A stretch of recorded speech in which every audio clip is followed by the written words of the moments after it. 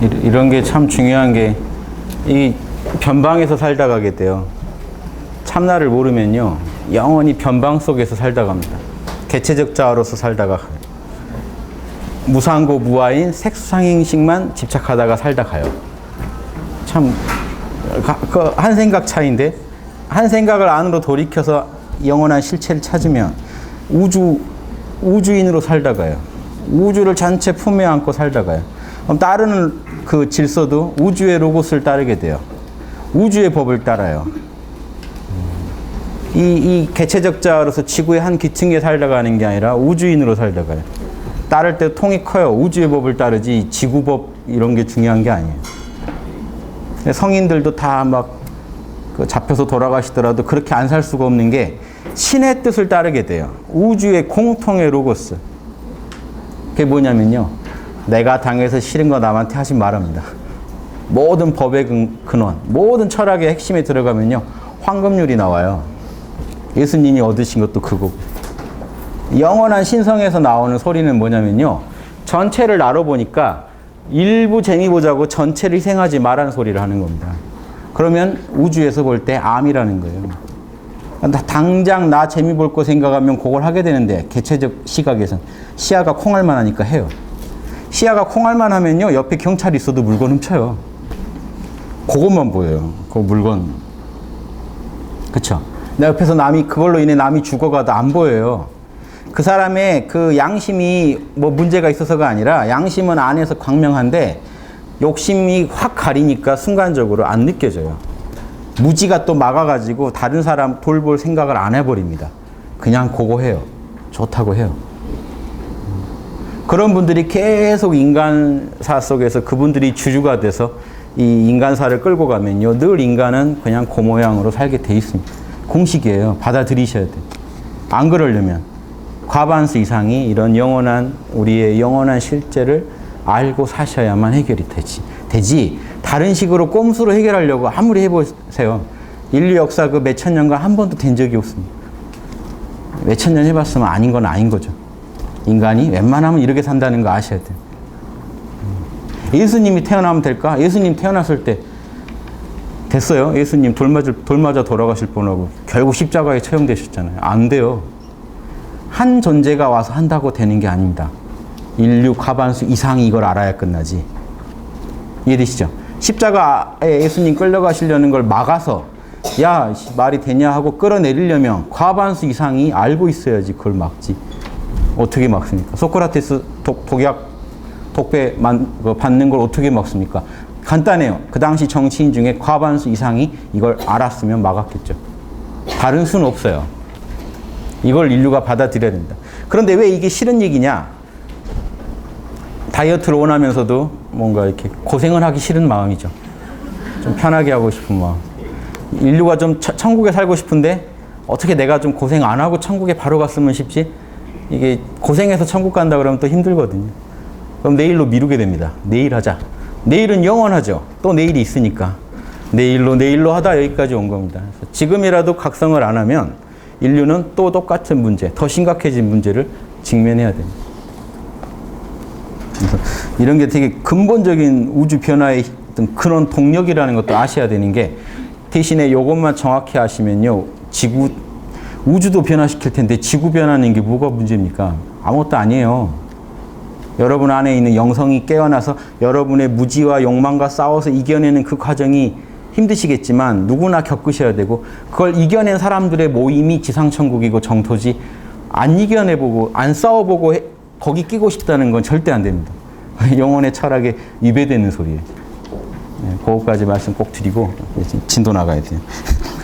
무슨 진도가 있는 건 아닌데 제가 뭐 이렇게 뽑아놓은 글들 좀 소개시켜 드리고 싶어서.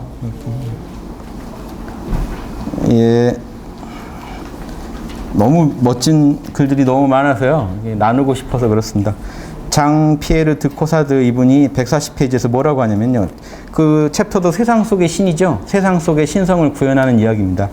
지금 그대가 하고 있는 일을 하고 지금 그대가 고통받고 있는 걸 아파하라. 여기서 피하지 마세요. 여러분이 계신 현장에서 피하시면 보살이 아닙니다. 그거를 이겨내셔야지 보살이죠. 그거를 육바라밀로 양심으로 해결할 때 보살이 되지, 사랑으로, 지혜로 해결할 때 보살이 되지, 그걸 피해서 다른 극락을 찾으시면 안 돼요. 그냥 아파하라는 겁니다. 이 모든 걸 신성하게 행하라.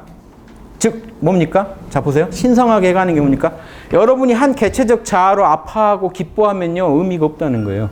나는 영원한 실제의 육체적인 육화된 모습이라는 걸 알고 생각, 감정, 오감이 본래 공안주 알고 그 안에서 아파하고 생각, 감정, 오감을 쓸 때 여러분 신성하게 행동하시는 거예요. 지금 제 강의를 들으시더라도 내면의 신성과의 연결 속에서 제 강의를 들으시면 이 강의 듣는 자체가 더 풍성한 여러분한테 결실을 가져올 거고, 그게 아니라 그냥 여러분의 기억 속에서 여러분의 편견으로, 여러분의 욕심으로, 지식욕으로 이걸 듣고 계시면 그만한 결과밖에 안 난다는 거예요. 그래서 신성하게 행동하라는 건요, 중심을 알고 살아가라는 겁니다. 예. 그래서 그대의 가슴에, 여러분의 마음 외에 변해야 할 건 없다. 여러분 마음을 바꿔 먹어야 돼요. 세상을 바꾸고 싶으면 여러분 마음을 바꿔 먹어야 됩니다. 마음을 바꿔 먹은 사람들이 과반수 이상 될 때 세상은 안 바뀔 도리가 없는 겁니다. 그렇게 하시면 돼요. 신의 질서에 따라 우리에게 일어나는 일을 기꺼이 하는 데에 신성함이 있다. 신성함은 내 욕심대로 일이 이루어지는 데 있는 게 아니라 내가 한 결과물, 뿌린 대로 거둔다고 하죠. 인류가 뿌린 결과물을요, 직면하고 그걸 사랑으로, 진리로 보듬어서 힐링시킬 때 여러분 답이 나오지. 여러분 인간들이 막 먹고 싼 똥이 도로를 가득 메웠는데 그거 외면하면 됩니까? 다 우리가 벌인 짓인데. 우리가 치웠을 때 끝나죠. 편견과 아집이 만들어낸 일이 지금 뭐 IS가 사람들을 참수하고 민간인들을 괴롭히고 약탈하고 죽이고 강간하고 뭐 지구 곳곳에서 이미 뭐 그런 일들이요 숱하게 일어나고 있고, 그냥 평범한 전쟁 안 일어나는 나라 안에서도 지금 하루에 몇 명씩 강간당하고 살해당하는지 몰라요. 그냥 일상이 돼서 살고 계신 거죠. 방은 더러운데 이렇게 대충 치우고 주무시고 잘 잤다고 그냥 가시는 거지, 근본적으로 이 방을 치울 생각은 지금 엄두를 못 내는데 그 힘이 어디서 나오냐? 인간이 힘을 내서는 안 나와요. 여러분 안에 은총이 흘러야 됩니다. 성령의 힘이 들어가야 돼요. 참나의 힘에서 여러분은요, 신성한 힘이 나오면 가능해져요. 그게 힘이 6방향으로 나오는데 육바라밀입니다. 보시, 베풀게 만들고 여러분을 지게, 룰을 지키게 만들고, 인욕, 받아들이게 만들고, 현실을 정진, 노력하게 만들고, 선정, 고요하게 만들고, 반야, 지혜롭게 만들어줘요. 거기 안에서 나온 은총입니다. 육바라밀은. 생으로 하는 건 보시지, 보시 바라밀이 아니에요. 체면 때문에 억지로 주고 가서 인증샷 꼭 찍고 이거는 보시지, 보시 바라밀은 아니에요. 은총에서 나오는 힘이 아니죠. 인간적인 계산으로 하는 보시고, 지게도 룰을 지키는 거는 더 큰 욕심을 위해서 이번 판은 그냥 룰을 따르자. 이게 지게 바라밀이 아니죠. 지게지. 인욕, 억지로 참으면 암 생겨요. 인욕은 암을 낳습니다. 부자연스러우니까 그래요. 자연스러운 인욕은 뭐냐면 우주적 시야에서 보고 받아들이는 거예요. 그러니까 다 받아들이시면 안 돼요. 우주적 시야에서 화내라는 거 화내야 돼요. 예수님도요, 우주적 시야에서 품을 땐 다 품지만 협소할 땐 되게 협소하게 나오실 때 있죠. 독사의 자식들아, 예수님 말 안 들었다고 너는 애비가 악마다. 이런 표현 요즘 함부로 못 쓰죠. 예수님은 막 합니다. 네가 아브라함의 자식이면 내 얘기 들었을 것이다. 악마의 자손이니까 내 말 안 듣는다. 조주의 조주를 막 하고 다니십니다. 깨어나라고 자극 줄 때는요. 그러니까 이 신성을요, 단듯이 여러분이 생각하는 신성으로 상상해서 적도 원수도 용서하라, 용서할 때 해야죠. 원수라 해도 용서할 때가 있지만요, 내 친구, 가족이라고 해도 용서하지 않아야 될 때가 있어요. 그걸 여러분이 결정하면 안 돼요. 영성이 결정해야지. 신성의 은총으로, 그 식별 능력으로, 지혜로 봐야 돼요. 이번에 용서해주면 내 자식이 큰 도둑 되겠구나 할 때 막아줘야 되는 거고, 이번에 용서해줘야 이 친구가 이미 충분히 뉘우치고 있으니까 내가 용서만 해주면 다시 안 하겠구나 할 땐 용서해줘야 되는데, 식별 능력이 없으니까 막 해줍니다. 그래 놓고 이제 하늘을 원망해요. 난 하란 대로 했는데 왜 세상이 이 모양이냐 합니다. 여기 은총에서 나온 힘이어야 됩니다. 그래서 이런 은총에서 나오는 사랑과 진리로 살아가시면요, 보세요. 최고의 사랑은, 이건 헉슬리가 정리한 겁니다. 뚜렷한 특징은 사심이 없고 고요하고 겸손하다. 사심이 없는 곳에는 개인적 이득이나 개인적 이득을 위한 탐욕이나 개인적 손실, 이익이나 손해에 대해서 이게 무심해지겠죠. 개인적인, 그러니까 나에게 오는 이득이나 손실보다는 전체를 보게 됩니다. 그래서 그런 거에 대한 공포가 없고, 고요함이 있는 곳에는 갈망이나 혐오가 없으며 존재의 모든 수준에 나타나는 로고스는요, 우주의 모든 악한 것도요, 로고스가 있어야 일어납니다. 우주가 허락하지 않는 일은 일어날 수가 없어요. 다만 왜곡시켜서 일어나는 거죠. 로고스를 왜곡시켜요. 인간의 욕망과 무지로. 그게 문제니까 우주의 모든 곳에서 나타나는 신성한 도나 로고스에 순응하겠다. 그 로고스에 순응하는 겁니다. 진리에 순응하는 거죠. 여러분 그냥 욕망에 순응하시면 안 돼요. 욕망도 로고스의 표현이니까 순응하자. 이게 아니라 다양한 모습으로 표현되고 있는 그 근원적인 실제인 로고스에 순응하겠다는 거예요. 요게 불교에서요. 이게 똑같은 얘기입니다. 불교 인욕바람일이라고 하거든요. 인욕할 때요. 참을인자 쓰는데요. 요 인욕바람일 때 이게요. 불교에서는 인가할 때도요. 이거 써요. 인가할 때도 요 인자를 씁니다. 뭐냐면 참아낸다는 거예요. 그래서 불교는요. 인욕바람일 그 조에 가보면요. 진리를 받아들인다는 얘기만 있어요. 진리를 수용한다. 남을 단순히 참아내는 게 아니고요. 불교에서 가장 중요한 인욕이라는 건요. 진리에 순응하는 거예요. 진리에 순응하는 거. 그러니까 불교에서 인욕바람이를 잘한다 하는 얘기는요. 진리일 때 빨리빨리 바로 받아들인다는 거예요. 진리랑 싸우고 계시는 거 많죠, 여러분? 막 끝까지 싸우세요. 담배는 몸에 좋을 수도 있다면서. 이게 진리랑 싸우는 모습이에요. 이해되세요? 남 일은 되게 냉정해요. 남 일에 대해서는 딱 진리를 바로 인욕하시다가 여러분 일이 되면은 나는 예일 수 있다라는 또 헛된 망상을 품습니다. 그러니까 이 결정적일 때 인욕을 안 해요. 진리를 안 받아들이세요. 내가 당해서 싫은 건 남한테 하면 안 되지 했다가 여러분 일이 되면은 해요. 나로선 내가 하면 잘 될 것 같고 이건 괜찮을 것 같고 이번 상황만은 예의인 것 같고 뭔가 이런 상상들을 막 해서 하는 게 이게 인욕을 안 했다는 거예요. 그래서 인욕이라는 건요. 남을 참아주고 하는 것도 본질은 뭡니까? 남을 사랑해야 되니까 참아주는 거죠. 근원에 들어가면 결국 진리에 인욕하신 진리를 받아들이고 순응하시는 겁니다. 그래서 요거 똑같은 얘기입니다. 진리에 로고스에 순응해야 돼요.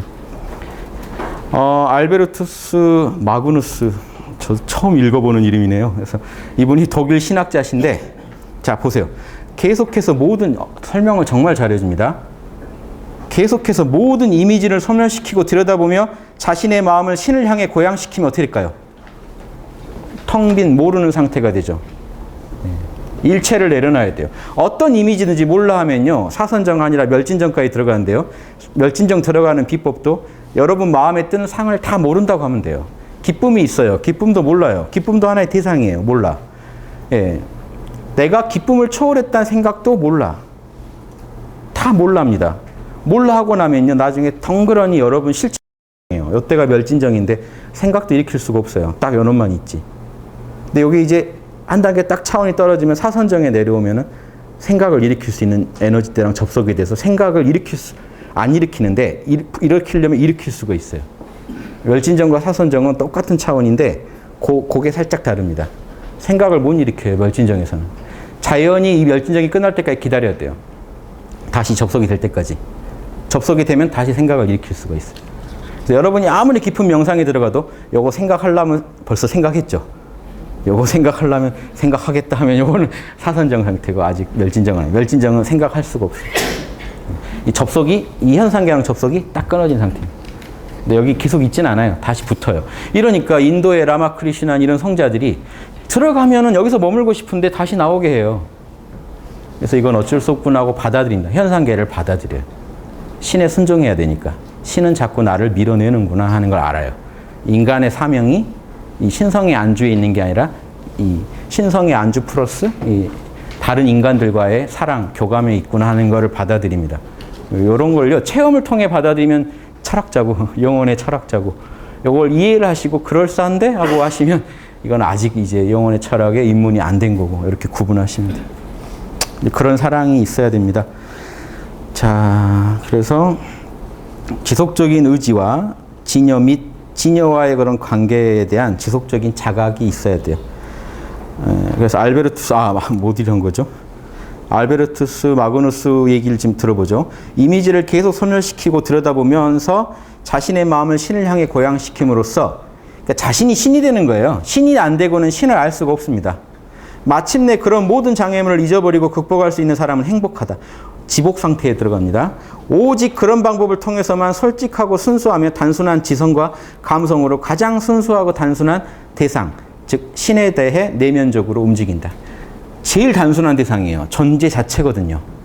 그리고 유일하게 벌거벗은 지성, 감성, 의지에 의존하고 있음을 보라. 벌거벗은 지성, 감성, 의지는요, 대상이 없는 지성, 감성, 의지의 핵이죠. 이 참나 상태를 말하는 겁니다. 이 상태로 그냥 들어가실 수 있는 법. 가장 단순해지시면 돼요. 지성, 감성, 의지가 이제 일어나 버리면 현상계가 돼요. 지성이 작동하고 감성이 작동하고 의지가 작동해 버리면 뭐 갖고 싶어 의지, 뭐가 좋아 싫어 감정, 예, 이게 옳은 것 같아 저게 옳은 것 같아 지성. 여기 작동하지 않는 벌거벗은 상태로 들어가세요.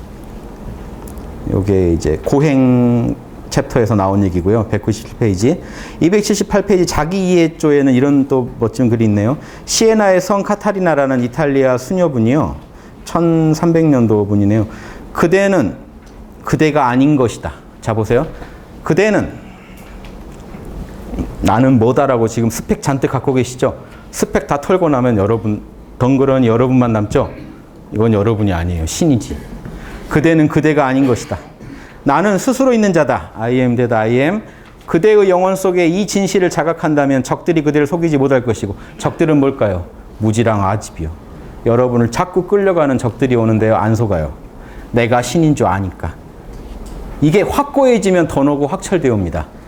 이 일별하신 분들은 금방 끌려가요. 아 나는 신인데 하면서 끌려가요. 그런데 안 끌려가요. 여러분 안 끌려가면 아란이고 확철되어 한 사람이 안 끌려가요. 자기가 신이라는 거를요 이제 잊어버릴 수 없게 된 경지가 불교로 일주보살. 일지보살은 이제 거기서 육바라밀까지 나와야 되니까 양심까지 일주보살만 돼도 안심입니다. 확철되고 했네 하는 거예요. 그대는 그들의 유혹에서 벗어날 수 있을 것이다. 자, 295페이지 은총과 자유의지. 아까 말씀드렸죠. 구원을 위해서는요. 은총이 없이는 안 돼요. 은총하니까 남이 주는 은총이라고 생각하시면 그거 꽝입니다. 여러분의 참나가 주는 게 은총이에요. 여러분한테 내면을 통해. 그 은총 없이 여러분 어떻게 육바라밀을 하고 성령의 열매를 얻고 성령의 은총, 평안을 얻고 어떻게 하나님이 주시는 평안을 어떻게 얻어요? 여기 없이는. 여기서 나오는데 자유의지가 필요해요. 여러분은 신성에게 집중할 수도 있고 안 할 수도 있잖아요. 그렇죠? 내려놓을 수도 있고 안 할 수도 있고 몰라 할 수도 있고 아니야 난 다 알아 할 수도 있고 몰라 해주시는 게 자유의지의 선택이면 은총이 거기 내려갑니다. 그래서 둘이 합작으로 여러분 안에서 해탈이 구원이 일어나요. 구원을 위해서는 은총이 필요하다. 자유의지 또한 필요하다. 그러나 구원을 주기 위해서는 은총이 필요하고 그것을 받기 위해서는 자유의지가 필요하다. 받는 사람 입장에서는 자유의지가 있어요. 선택을 해야 되고 결국 여러분의 선택의 몫이라는 겁니다. 아무리 은총이 여러분한테 주려고 해도 여러분이 안 받으면 끝이거든요. 그래서 이 선비들은 이걸 뭐라고 구분하지 하십니까? 선비들도 정확히 알아요. 경은 자유의지의 영역이에요. 아직. 이렇게 노력해도요. 성이 은총입니다. 경에서 성으로 도달해야 돼요. 경은 여러분이 정신을 하나로 집중하는 거고 성은 참나가 여러분 안에서 드러나는 거예요. 이해되시죠? 뭐 예전 저 고등학교 때 윤리책에서도 본 것 같은데 경과 성을 뭐 율곡은 경을 중시했고 뭐 태계는 뭐 성을 중시 반대인가요? 태계가 경을 중시, 율곡이 성을 중시. 그 말이 안 돼요. 찢어서 중시할 수가 있는 게 아닙니다. 하나예요, 하나. 나는 에고는 경을 하는 거고 이 우주의 본심이 여러분 안에서 정성스럽게 드러나는 거예요. 그러면 성인이 돼요. 자, 기도 얘기가 몇 개 이제 나오는데 기도 쪽 가면요. 370페이지에 기도 얘기가 나오는데 여러분 도움이 될까 해서 요거 좀 여러분 들으셔야 돼요. 청원의 기도와 간구의 기도를 나누는데요. 청원은 여러분을 위해서 뭔가 기도하는 거 달라고 하느님한테. 간구는요. 이거 뭐죠? 다른 사람들 도와주라고 하는 기도입니다. 나 말고. 이걸 이렇게 나누셔요. 헉슬리라는 분이. 그런데 청원의 기도가요. 그 당시에도 똑같은 거예요. 70년 전에도. 달라 하느님을 협박해서 계속 뜯어내는 못된 자식들이 많은 거예요. 아버지가 이거 막 뜯어내서 막 통파고 울고 통성기도라는 게 뭔지 통파고 울고 막 해가지고 받아낸 뒤에 아버지가 사주셨어 라고 자랑하고 다니는 거예요. 아버지 마음을 상처를 주고 억지로 받아낸 그거를 아버지가 날 위해서 해주셨어. 아버지가 나를 제일 사랑하셔까지 같이 꼭 갑니다. 기도하면 다 응답받는 나는 신자다. 아집이 어마어마하죠. 이 우주가 어느 한 개인한테 기도를 다 들어주고 있으면 되겠어요? 그걸 다 달라고 하는 그 사람은 훌륭한 자식입니까? 아버지가 뭘 원하는지 물어보지도 않아요. 제 인생에 이게 아버지 꼭 필요합니까? 필요하면 주시고 아니면 마십시오라고 기도할 수 있는 성숙한 인격이 안 돼요. 주세요. 안 주면 아버지도 아닙니다. 내일부터 나 다른 아버지 모실 수도 있어요. 절에서 안 되면 교회 가서 난 기도할 거예요. 이해되세요? 이런 심보로 하는 기도에 뭔 좋은 결과가 오고 있어요. 뿌린 대로 거두리라는 예수님 말씀이 있는데 그 얘기를요 너무 잘해줘서 요즘 영성이 이 옷을 입고 욕심을요 영성으로 가장해가지고 이렇게 파는 데가 너무 많아요. 보세요. 근본적으로 그게 잘못된 생각이라는 게요. 청원의 기도에 응답을 받을 수 있는 비결을 터득하기 위해서는 신을 알거나 사랑할 필요가 없다. 신이 뭘 원하는지 알고요. 신과 하나가 되려는 노력이 필요 없다는 겁니다. 뭐가 필요한지 아세요? 마음속에 신에 대한 이미지나 어떤 그런 것도 필요 없다. 저 밖의 이 우주에는 달콤한 말로 구슬리거나 강제로 그런 욕망을 충족시킬 수 있는 무언가가 존재한다는 강한 확신만 있으면 돼요. 사실은 그게 사탄일 수도 있는데 관심 없어요. 내 욕망, 나한테 차 사주는 사람이 내 아버지지 아버지 아닌 거죠. 차 안 사주면. 내가 돈 필요하다고 할 때 돈 주는 분이 아버지지 아니면 아닌 거예요. 이런 심리 상태에서요. 보세요. 그래서 자신의 에고와 에고의 욕망이 중요하다는 걸 뜨겁게 감지하는 것이 그에게 필요하다. 누군가가 내 욕망을 들어주게 돼 있고 나는 이걸 강렬히 원한다. 이것만 강조하는 그 영성단체를 피하시라는 거예요. 영성이 아니에요. 그 욕심의 단체지. 그래서 필요한 만큼 믿음과 인내심을 갖고 내 뜻대로 이루어지리라를 반복. 이게 비꼰 거죠. 예수님은 뭐라고 했나요?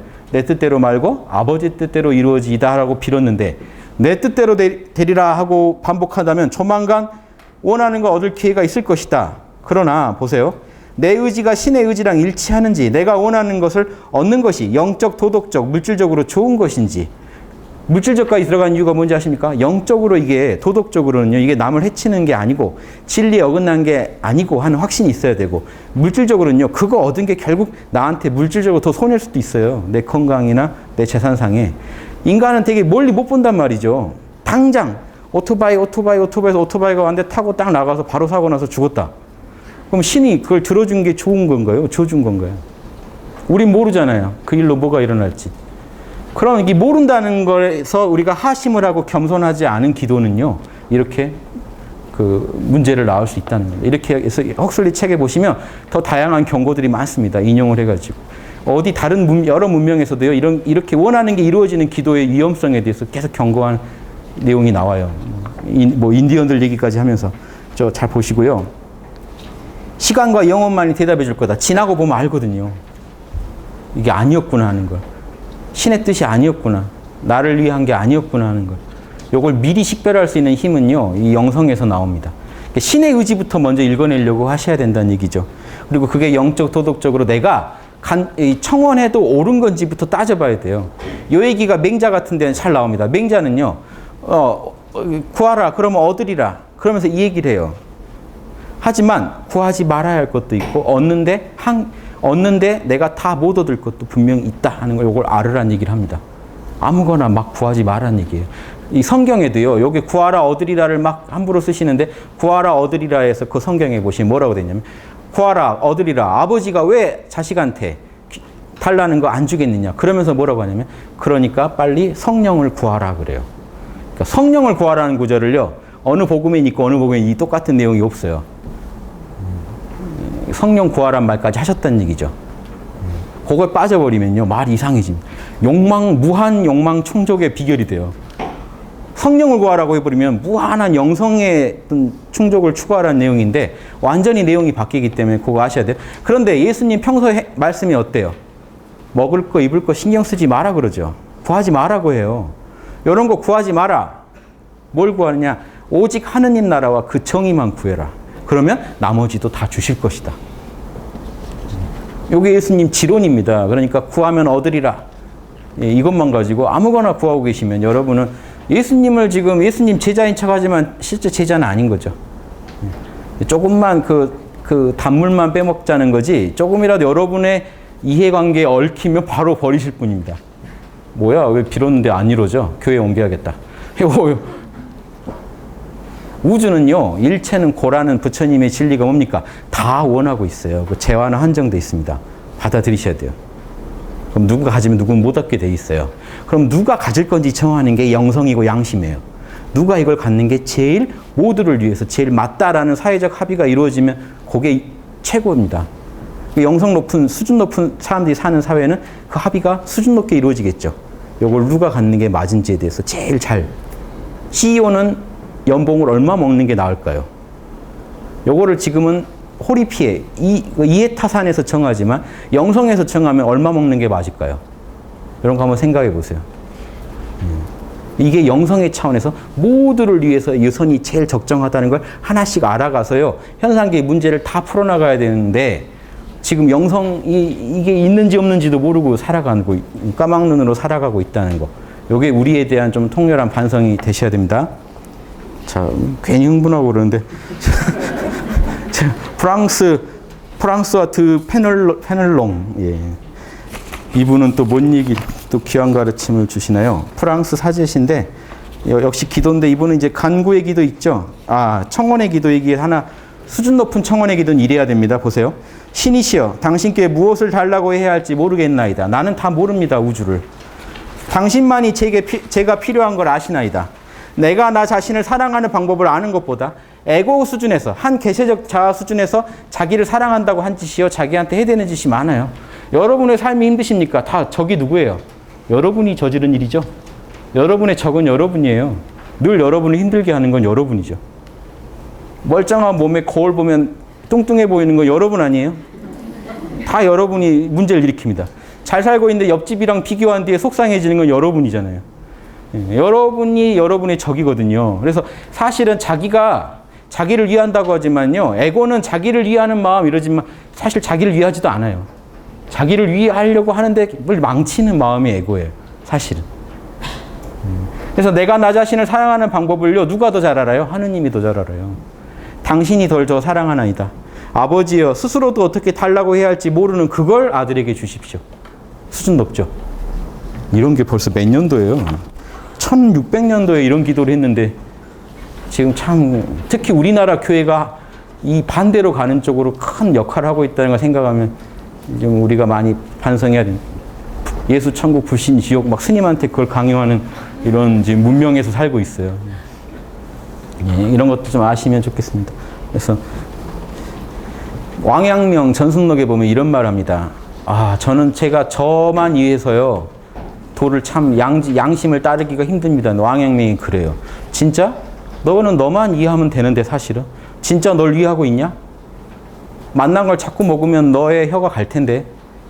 좋다는 오감의 충족, 오감만 따라가다 보면 결국 네 몸뚱이 상할 텐데. 너는 너를 위하냐? 하니까 제자가 할 말이 없었죠. 그쵸? 여러분을 위해서 한 것 같지만 사실 여러분을 잘 살게 됐나요? 예, 결국 모두 해치고 있다는 거예요. 나도 망치고 남도 망치는 길을 우리는 쉽게 선택하고 있어요. 그냥 우리 눈에 그게 좋아 보여서 간 거지 실제로 우리한테 좋았냐는 건 모른다고요. 이런 것도 한번 생각해 보시면 여기 마침 생각이 나네요. 요거 보니까. 그 다음 간구의 기도 한번 볼게요. 이제 남을 위해 청원하는 거예요. 요걸 이렇게 잘 쓰시면 좋을 것 같아서 한번 소개했습니다. 기도조에 나오는 374페이지에 나온 얘기인데, 간구의 기도, 간구는 모든 차이들을 조정하는 최고의 중재자이자 진정한 우정의 최상의 촉진자다. 모든 불출절한 성미와 화내고 오만한 감정을 최고로 치료하고 예방한다. 뭔 소리인지 아십니까? 여러분을 괴롭히는 남을 위해서 여러분이 기도할 때 어떻게 그 사람하고 계속 한을 품고 있을 수가 있겠어요? 여러분 가족을 위해서 기도할 때 가족하고 더 싸우기 힘들어지겠죠. 묵은 감정을 빨리 푸는 방법이 뭐냐면요, 그 사람을 위해서 기도해 주는 거예요. 하느님한테 청원하는 거예요. 그러니까 간구라고 해야겠죠. 여기서는 간구하는 거예요. 그 사람 잘 되게 해달라고. 이해되십니까? 이걸 잘 활용하시기 바랍니다. 그대가 개인적으로 신의 대변자가 될 정도로 그 행복에 많은 관심을 두는 사람한테 어떻게 성질 부리고 불친절하게 할 수 있냐는 거죠. 예, 그대의 개인적 기도로 인해 신의 사랑과 호의를 받기를 원하는 사람을 어떻게 경멸하거나 조롱할 수 있냐는 거죠. 이걸 잘 활용하시면 좋겠죠. 여러분의 감정도 다스릴 수 있고 남에게도 좋은 마음을 우리가 품어줄 수 있잖아요. 자, 기도 하나 더 보면 이제 기도의 목적 얘기를 정말 잘해주는 분이 있어서 소개했습니다. 프랑스와 보르고잉이란 분인데, 예, 프랑스 분이네요. 기도의 궁극적인 목적은, 진정한 기도는요, 보세요. 뭐겠습니까? 한 개체적 자아가 절대적 자아한테 드리는 기도는 뭘까요? 합일하고 싶다는 겁니다. 사랑한다는 거예요. 신과 하나가 돼서 신 안에 거하고 싶다는 기도여야 돼요. 내 욕망을 들어주라는 기도가 아니라 신과 하나가 되겠다는 기도여야 돼요. 기도의 궁극 목적은 우리와 관련된 존재로서의 신이 아니라 본질적인 그분 자체를 통해, 즉 우리와 관련된 존재로서 신은요, 나한테 뭔가 자꾸 뭘 주시는 신, 그런 게 아니고요.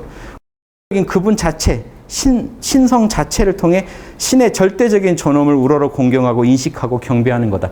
즉 내가 신이 돼야 이게 가능해요. 내가 신이 돼야 더 원하는 게 없지, 계속 개체적 자아로 있는 기도를 드리면요, 여러분은 계속 신한테 뭔가를 바라게 돼 있어요. 그렇죠? 그게 아니라 신성 그 자체를 우리가 이해하고 사랑하고 하려면요, 신이 돼야 됩니다. 그리고 그것이 우리에게 주는 것을 위해서라기보다는 선 그 자체에 대한 사랑으로 그분의 선하심을 사랑하는 게 그전 기도다. 그래서 예수님은 뭐라고 했습니까? 신을요, 이런 색수상행식은 다 혼의 작용이거든요. 혼으로 기도드리라고 안 해요. 뭐라고 합니까? 영과 진리로 기도하라고 합니다. 영과 진리로 예배하라. 오직 여러분 안에 있는 가장 순수한 게 영이고 진리거든요. 여러분의 본질. 그것만이 하나님하고 하나가 될 수 있거든요. 다 이게 영혼의 철학자들이시죠.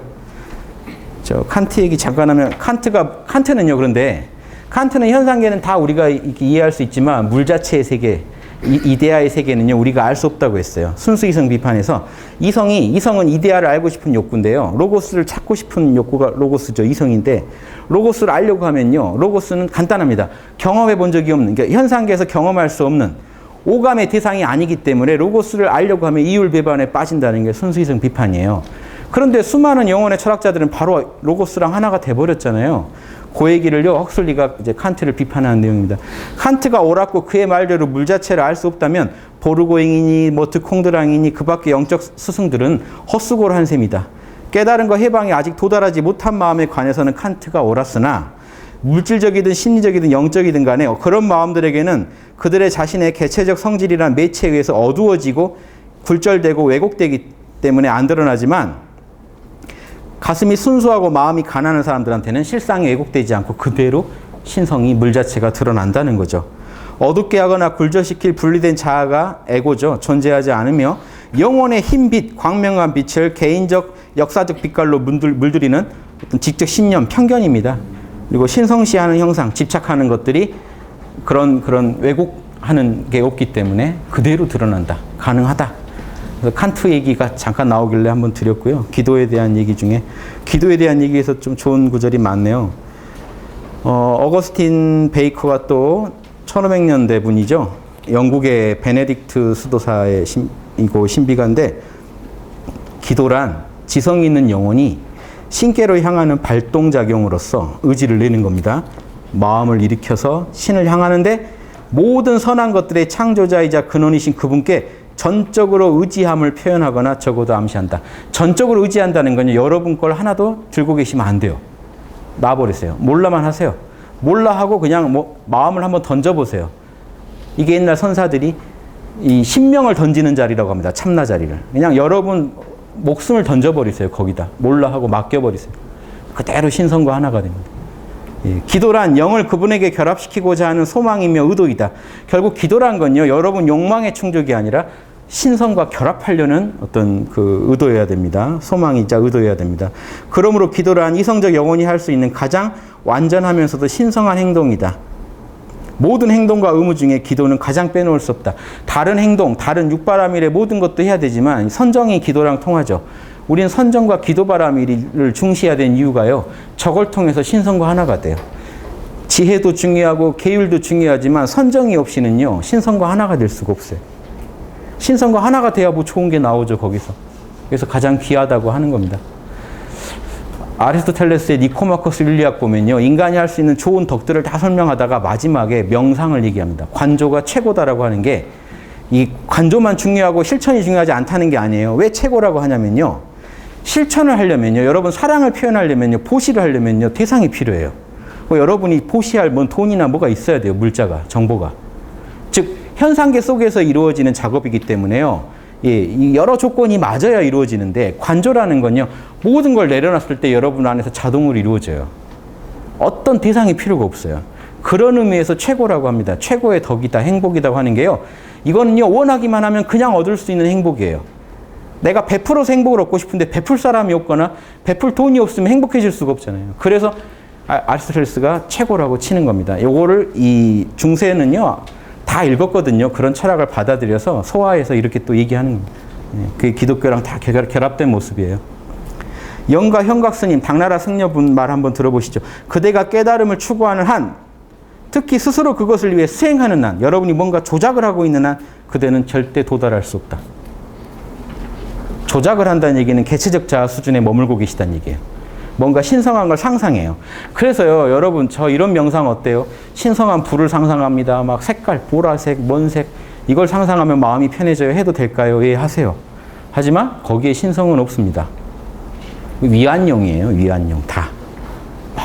막 몸에서 빛나고 있다고 생각하면 너무 좋아요. 예, 좋아하세요. 그런데요, 그게 또 명상이랑 아예 관계가 없는 게 아니에요. 뭐냐면, 그때 잘 보셔야 돼요. 여기에 이 상황에, 내가 대상에 집중한 이 상황을 계속 유지하시면 답이 안 나와요.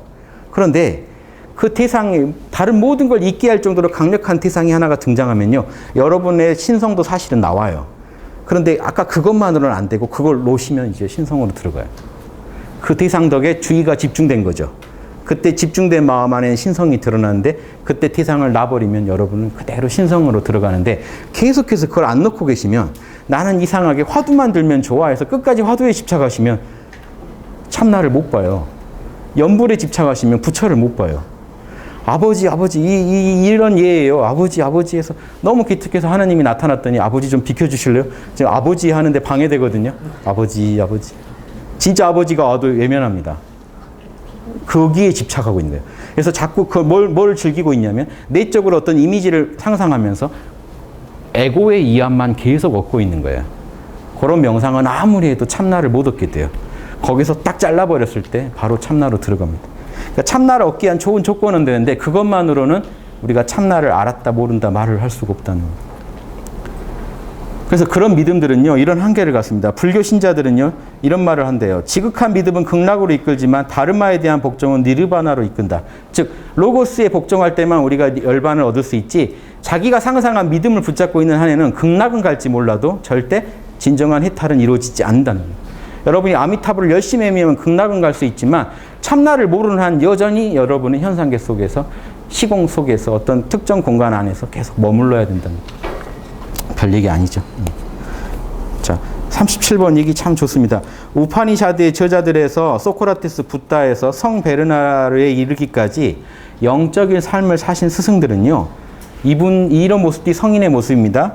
자기에 대한 알미 없이는 신을 충분히 알지 못하며 모든 스승들은 이 자기를 통해서 신을 알고요, 끊임없는 묵상 없이는 완전한 해방이 있을 수 없다는 사실에 동의하고 있다.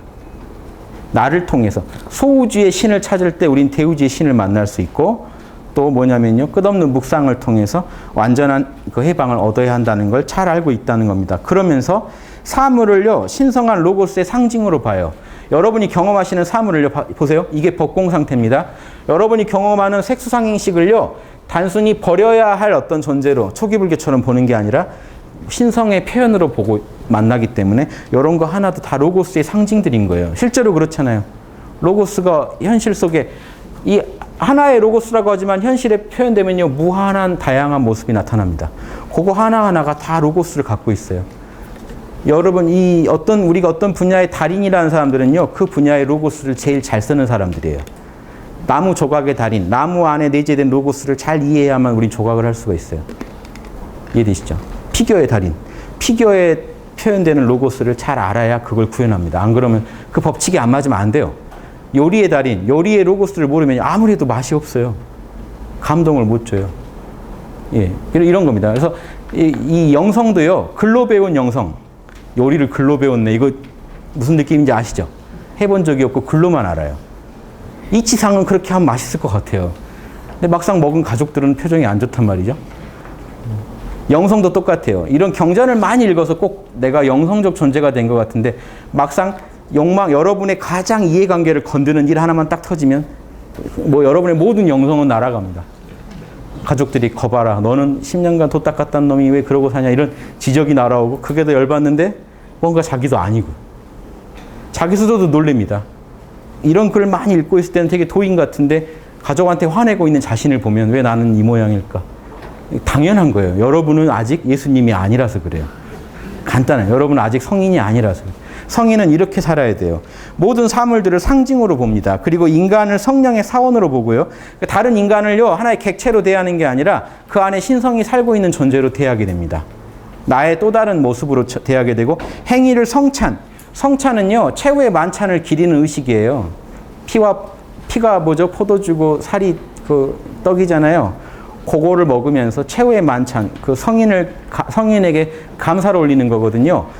모든 행동을요, 그런 제례, 하느님께 바치는 만찬으로 처리해야 된다는 거예요. 이게 기독교식 표현이에요. 이 보살의 모습에. 불교의 보살을 기독교식으로 표현하면 이렇게 돼요. 이런 사람은요, 자신이 누군지 우주에서 왜 내가 존재하는지도 알겠죠. 로고스를 인간으로서 사랑과 진리의 대변인이 되려고 존재하는 겁니다. 영성의 대변인으로서.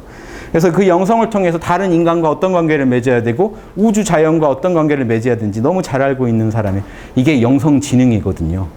영성지능이 높은 사람들의 모습입니다. 그래서 이 자연과 우주와 조화를 이루고 타인과 조화를 이루는 삶을 살게 돼요. 예. 그러면서 어떻게 합니까? 자신의 형제들에게 어떻게 행동해야 되는지도 잘 알아서 최종 목적에 도달하기 위해서 자신이 무엇을 해야 되는지, 그리고 그 로고스를 완전히 구현하기 위해서 나는 어떻게 살아야 되는지, 또 다른 그 존재들은 어떻게 우리가 이끌어야 되는지, 이런 것까지 다 고민하는 사람이죠. 예. 자, 이제 마지막입니다. 조금만 참으시면. 아무튼 이게 제가 이렇게 경험으로 이제 실전 팁을 드리면, 지금 참나 있으세요? 열심히 감기 듣느라 참나가 사라지죠. 내가 존재한다는 느낌이 약해지거든요. 그럴 땐 잠깐만 몰라 하고 쉬세요. 일을 하는 중에도. 다시 완전해집니다. 몰라가 짱이에요. 몰라를 하시면요, 부족한 것도 모르기 때문에 완전해집니다. 근데 부처가 되고 싶다든가 이목고라든가 뭘 세우면요, 거기에 도달하지 못할까 어떤 걱정이 일어나요. 제일 퍼펙트한 방법은 몰라예요. 무지가 몰라죠. 노자가 뭐라고 했냐면, 백성들을 무지무욕하게 만들어라고 한 게요, 멍청하게 하라는 게 아니라 몰라. 무욕에, 몰라 안에 무지무욕이 다 들어있습니다. 뭐가 부족한지 몰라, 무욕. 뭘 아는지 모르는지 몰라. 개체적 자아가요, 아무리 뭘 많이 알아도 어떻게 신만큼 알아요. 아는 거 다 몰라 해버리면 신이 되는데, 나는 뭘 알아 하면은 신하고 멀어져 버린다. 그냥 그 정도, 아무리 뛰어나도 그 정도 아는 존재밖에 안 돼요. 제약된 존재밖에 안 돼요. 이 제약을 넘어서는 법을 알아야만 우리는 또 제약된 자아도 키울 수가 있어요. 역으로 다 살아요. 노자 이 말이 나옵니다. 나를 뒤로 한 사람만이 나를 앞에 두게 할 수 있다. 나를 내려놓은 사람만이 결과적으로 내 에고도 풍성하게 만들 수가 있습니다. 경전을 쓸 정도의 실력, 그리고 성인으로서의 모습을 갖추게 돼요. 여러분의 인격이. 그러려면 여러분 인격을 자꾸 내려놔야 돼요. 오묘하죠. 이게 참 묘해서 사람들이 안 하는 겁니다. 이 되게 넓은 길인데 인간한테는 좁은 길이 돼버렸어요. 잘 안 가니까 그 길로는. 이해되시죠? 무지의 구름이라는 게요, 이게 몰라입니다. 몰라의 구름에 들어가 버리면 여러분 신을 바로 만난다는 거예요. 얘기 들어보실래요? 이게 최고죠. 무지의 구름을 1970년대에 구름의 기도라고 해서 이거를 따라서 하다가 이름을 향신기도로 바꿔서 지금 하고 있는, 향신기도의 바이블입니다. 향신기도가 센터로 바로 향하자는 기도죠. 어디에 있건 바로 중심으로 들어가자는 기도예요. 중심이 아버지 자리니까. 무지하면 바로 아버지예요. 모세가 구름 속에서 40일간 있으면서 신을 만나요. 거기서 가져온 겁니다. 무지의 구름에 들어가면 우린 신을 바로 만날 수 있다. 어디 있건 이 육체적 조건, 시간, 공간, 장소를 모른다 하고 내려놔 버리면 우리는 그대로 신을 만나게 된다는 게 그 무지의 구름의 핵심입니다. 그 내용 안에 보시면 다 나와요. 지금 제가 말씀드린 거랑 똑같은 방법들이 나옵니다. 그러므로 그대가 이런 일, 묵상을 결심하고 은총을 통해 신의 부르심을 받았다고 느낀다면, 뭔가 좀 땡긴다면, 부드러운 사랑의 감동으로 그대 가슴을 신께 들어올려라. 사랑이란 말은 합일입니다. 합일감. 신과 합일하고 싶은 욕구만 갖지 어떤 지성의 작용도 멈춰라는 겁니다. 그리고 그대를 만들고 그대를 대접하며 친절하게도 그대를 그대의 신분으로 명하신 하나님을 가슴에 품고 하나님 외에는 어떤 생각도 받아들이지 마라. 그대가 원치 않는다면 이 모든 것이 필요치 않다. 왜냐하면 신 이외에 어떤 다른 이유 없이 신께로 향한 적나라한 의도만이 전적으로 충분하기 때문에, 적나라한 벌거벗은 의도만 있으면 여러분은 그대로 지성의 작용 없이도 신과 하나가 될 수 있다. 뭘 알아서 되는 게 아니라 그 마음만 내고 모든 걸 내려놓으면 들어갈 수 있다는 겁니다. 그런데 여기 어렵잖아요. 그러니까 이게 진짜 무지의 기도인데 여기 어려우니까 카톨릭에서 쓸 때 향신 기도를 할 때는요, 요 뒷부분에다 주목해서 씁니다. 뒷부분 보세요. 하지만 그대가 그걸 더 잘 붙잡기 위해 한마디 말로 이런 의도를 감싸고 포장하길 원한다면, 혹시나 이것만으로 너무 적적하다면 되도록이면 한 음절로 된 어떤 단어 하나를 취하라. 신이나 사랑이 좋다. 신, 아버지, 사랑, 요 말만 하면서 거기에 몰입해서 보세요. 이제 무념으로 바로 들어가면 제일 좋은데 안 되면 일념법을 써라 이게입니다. 이게 묵상이고 이게 관상이에요. 그래서 묵상에서 결국 다시 관상으로 들어가게 돼 있습니다. 그래서 한마디 음절만 취해라. 그 단어를 가슴에 새기고 닥쳐오는 다른 일로 마음이 가지 않게 하라. 그거 하나만. 다시 몰라 하고 다시 돌아와서 아버지 하다 보면 도달한다는 건데, 지금 향신 기도에서는 주로 이렇게 아버지 기도를 많이 쓰죠. 근데 이 무지의 구름 저자는요, 이건 어느 한 부분에서만 추천하지 전반적으로는 그냥 무지에 들어가라고 추천합니다. 신에 대한 어떤 고상한 것도 다 내려놓으라고 추천합니다. 능가경 보시면요. 영적 훈련 지금 챕터인데 467페이지 능가경이에요. 보세요. 수행자는 영적 훈련이죠. 훈련 중에 태양이나 달이나 연꽃처럼 보이는 것. 이거 초기 불교에 요즘 들어와가지고 니미따를 봐야 된다고. 니미따가요, 수행 중에 나타나는 빛이거든요. 다 상이에요. 그거 아무것도 아니에요. 정신이 좀 집중이 잘 된다는 그냥 표시일 뿐입니다. 그거 안 되면 막 선정 못 드는 것처럼 하는 이런 얘기를 신경 쓰지 마세요. 태양, 달, 뭐가 나오든지요. 그런 거는요, 다 여러분이 만든 이미지예요. 그 이미지에 집착해서는요, 철학자의 길로 안내하지만 성문 상태나 영각 상태, 즉 소승 깨달음이 작단 말입니다. 이거는 이 모든 걸 제쳐두고 이미지가 없는 상태에 있을 때, 그런 거 다 내려놓고 부정했을 때 진여와 일치된 상태가, 진여에는 어떻게 진여에 무슨 달이 있고 빛이 있고 해요. 진여 자체가 빛인데. 그래서 온 국토에서 붓다들이 모여들어 그들의 빛나는 손으로 이 수혜자의 머리를 만질 것이다. 부처의 불심의 은총이 가득 여러분 머리에 내릴 거라는 겁니다. 진짜로. 이게 기독교로 말하면 기름 부은 자예요. 성령의 기름을 듬뿍 받은 자가 될 거라는 거예요. 은총을 듬뿍 받은 자가 돼야 되는데, 여러분 만들어낸 아무리 정밀하고 그럴싸한 이미지라도 그거 갖고 있는 한에는 안 된다는 거예요. 수준이 작은 철학밖에 안 된다. 캠필드의 베넷이라는 분은 영국 카톨릭 수도사인데요. 1500년대 분이네요. 이분이 똑같은 말을 합니다. 그렇다면 나는 내향성.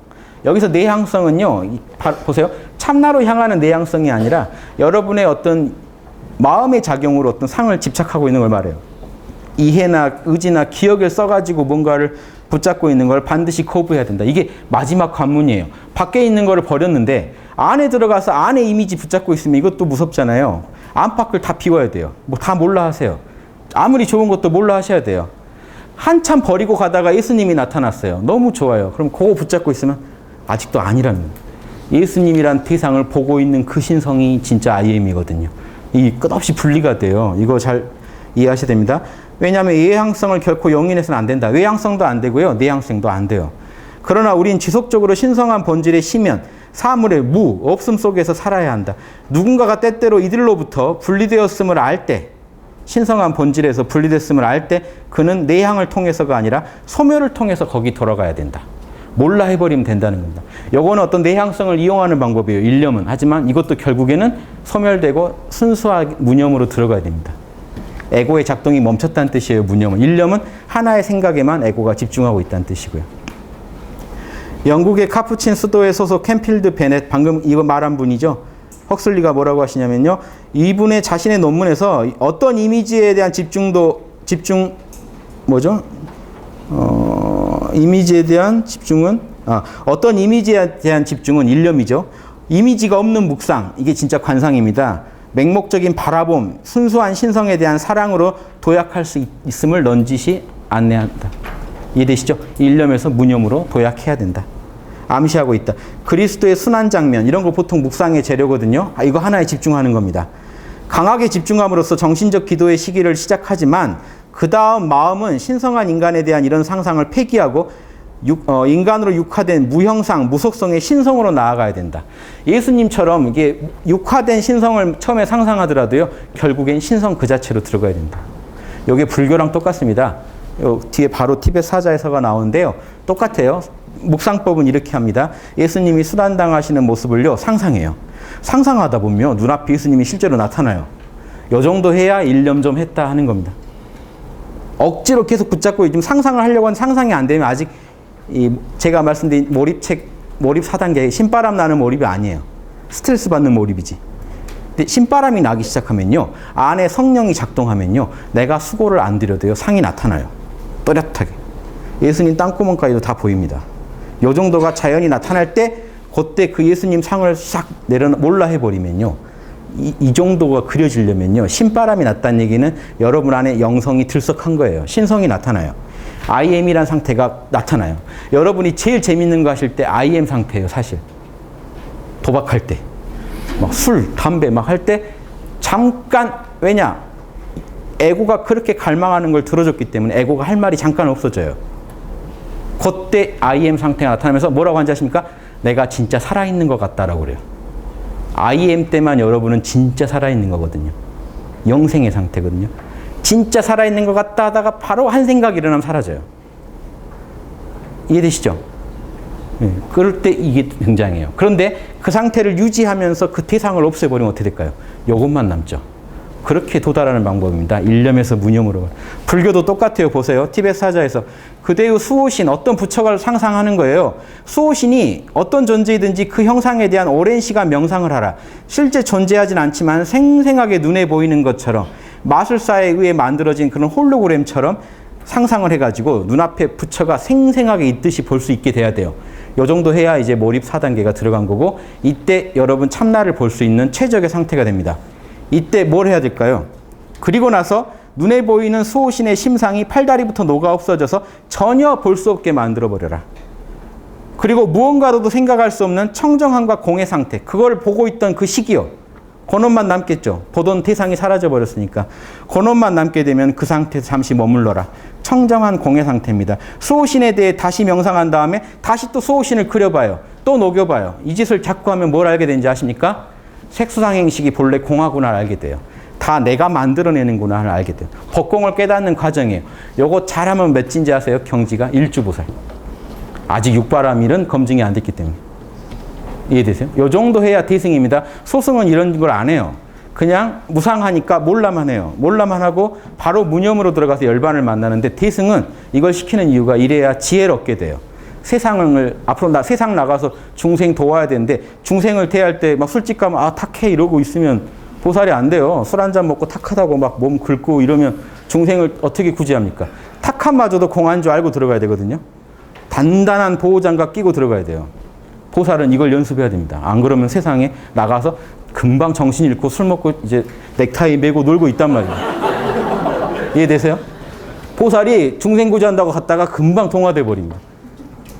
화광동진이라고 원래 노자에 나오는데, 빛을 조화롭게 해서 티끌하고 하나가 된다가 이 세상 속에서 신성을 구현한 법인데, 화광동진이 돼야 되는데 빛이 사라져 버려요. 무광동진이 되면요 그냥 티끌이에요. 화광이라는 건요, 내 빛 강도를요 중생들이 너무 눈부시지 않게 조절한다는 겁니다. 중생 눈높이에 맞춰서 교육을 해요. 그러니까 술꾼님 꼬시려면 술 같이 먹으면서 보살도로 인도하는데, 술 먹다 같이 술꾼이 돼서 같이 이제 손을 떨게 되면은 보살도랑은 멀어지는 거죠. 이해되세요? 예. 그래서 영적 이런 티베트 사자에서 이 훈련을 거치지 않으면요 보살도를 못 해요. 그냥 아라한으로 남는 게 맞아요. 어디 좋은 숲에 찾아가서 그 밑에 앉아서 계시는 게 맞고, 일단 나라도 지키는데 중생 돕겠다고 룸사롱으로 바로 들어갔다가는 그대로 정신 잃어버리실 수도 있다는.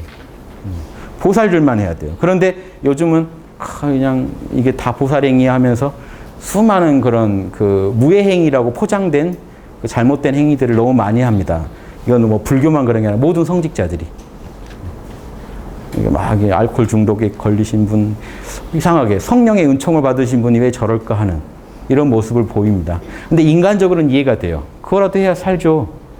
인간은요, 이 참나의 이 열반 낙을 대체품이 필요해요. 요걸 누구나 알고 있기 때문에 요 대체품이 필요합니다. 그래서 인간은 쾌락을 추구하는 겁니다. 쾌락, 욕망에서 지금 뭔가 부족하다는 거 있죠? 결핍됐다고 느낀 거. 그걸 채울 때 잠깐 요게 와요. 열반 낙이. 그런데 금방 그 쾌락은 금방 사라져요. 또 왜냐하면 이게 찰나다 보니까 요 맛을 또 보고 싶어서 또 다른 신상을 찾게 돼요. 그거 샀을 때 잠깐 행복해요. 근데 신상을 딱 사고 보면 예전부터 제가 갖고 있던 게 돼요. 더 이상 신선하지 않죠. 쾌락이 안 와요. 그럼 다시 또 그 쾌락을 기억하고 있기 때문에 또 새로운 걸 찾아요. 얻을 때 찰나찰나 열반낙을 보기 때문에. 이걸 아셔야 돼요. 결국 인간은요, 아무리 악인이라 할지라도 악인은 사람 죽일 때 잠깐 열반낙을 보는 겁니다. 이해되세요? 그래서 인간이 이렇게 두면 안 되는 이유가요, 이 열반낙을 찾기 위해서 쓸데없는 짓을 해요. 나와 남을 망치는 짓을 해요. 가장 지혜롭게 열반낙을 바로 찾는 법. 그냥 몰라 하고 앉아 계시면요, 세로토닌이 터져 나옵니다. 혼자서 그냥 좋아가지고. 내가 백수다. 집에서 얼굴이라도 웃고 있어야죠. 인상까지 쓰고 있으면 가족들한테 해를 주잖아요. 너무 웃고 계시면 또 그것도 해겠지만, 그래도 은은한 여유를 갖고 계셔야겠죠. 그게 이 열반낙에서만 오는 힘입니다. 조지 폭스라는 분이요. 마지막입니다. 영국 퀘이커 교회 창설자니까 빛 중시하죠. 내면의 빛을 중시하는 분이죠. 이게 이제 기독교로 치면 심종을 표방한 거죠. 성경을 교종, 성경만 공부하면 교종이 되고 내 안에서 빛을 찾아야 된다는 주장을 한 거니까 그런 내용입니다. 빛 속에 거주하면 비틀거림, 넘어질 일이 없다. 왜냐하면 빛 속에서 모든 것을 볼 수 있으니까. 그대가 집 밖을 걸을 때 그 빛은 그대 가슴 속에 그대와 함께 현존하기 때문에 여기저기라고 말할 필요가 없다. 이 말은 왜 나왔냐면요, 성경에 보면 예수님이 하느님의 왕국은 여기 있다 저기 있다라고 하는 말 믿지 마라 이 말을 해요. 너희 안에 이미 있다. 하느님의 왕국이 뭡니까? 하느님의 법이 구현되는 곳이 하느님의 왕국이죠. 어떤 왕국을 상상하시면 안 돼요. 요 성령을 하느님의 왕국이라고 하는 겁니다. 하느님의 법이 구현되고 있는 그 자리, 그게 그대 안에 있다. 여기 있다 저기 있다. 시공간 안에 여기저기서 얘기한다. 여기 있다 저기 있다는 시공간 아니죠. 그런 말 믿지 마라. 시공을 초월한 자리에 있고 그대 가슴 안에 있다라고 하는 겁니다. 그래서 하느님의 왕국은 기독교에서 두 가지가 나와요. 실제 예수님이 계신 어떤 공간상의 극락 같은 곳으로서 하느님의 왕국이랑 성령 자리를 하느님의 왕국이라고 바로 얘기할 때가 있습니다. 이걸 문맥에 따라 잘 보셔야 돼요. 자, 여기까지인데요. 지금 이 내용이요, 다양한 분들이 얘기하셨죠. 유럽과 막 중국, 인도 막 했는데 어떻게 이렇게 다 똑같을까요? 이 그림 한 장에 다 들어있죠. 이게 영혼의 철학입니다. 이건 시공간의 세계, 시공을 넘어선 영혼의 세계. 이 철학을 우리 안에 확고히 사시면 여러분 어떻게 사셔야 되냐? 여러분 마음 중에 이 원주에 해당되는 부분이 뭡니까? 생각, 감정, 오감의 세계. 중심에 해당되는 부분이 뭡니까? 나라는 존재. 요거를 다 인식하시면서 울고 웃고 화내고 남하고 싸우고 그 안에서 또 화해를 하고 사랑하고 지지고 볶고 막 하시면 여러분은 그대로 성인이시라. 순간순간 영성을 자각하고 우리 안에 있는 영원한 신성이 뭘 원하는지, 내 욕망이 뭘 원하는지도 보세요. 하지만 신성이 뭘 원하는지도 보시고 모두에게 더 나은 결과를 가져올 걸 뿌리시면 뿌린 대로 거두는 공식으로 여러분의 삶만이 아니라 여러분의 인격, 여러분을 둘러싼 가족, 여러분의 모든 이웃, 이 우주까지도 다 결국은 정화될 수밖에 없는 공식이 있는데 그 시작을 여러분이 하셔야지 남이 시작하면 나도 혜택을 보겠지 하시면 안 돼요. 여러분이 여러분 안에 있는 신성을 만나시는 것부터 해서 이 모든 이 우주적인 역사가 시작된다는 걸 아시고 이 글을 보시고 또 삶 속에서 구현하신다면요, 제가 또 이런 강의를 한 보람이 있을 것 같습니다. 예, 감사합니다.